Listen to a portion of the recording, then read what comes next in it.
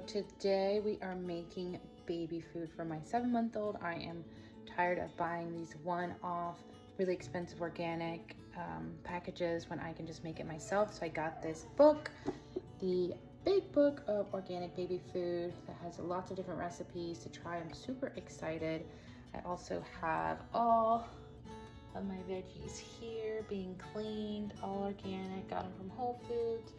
So I'm excited to see what I come with. Also got this really cool steamer that I just got off of Walmart, and we're gonna put all the vegetables and stuff in here and then blend it. I'm really excited to see how this goes.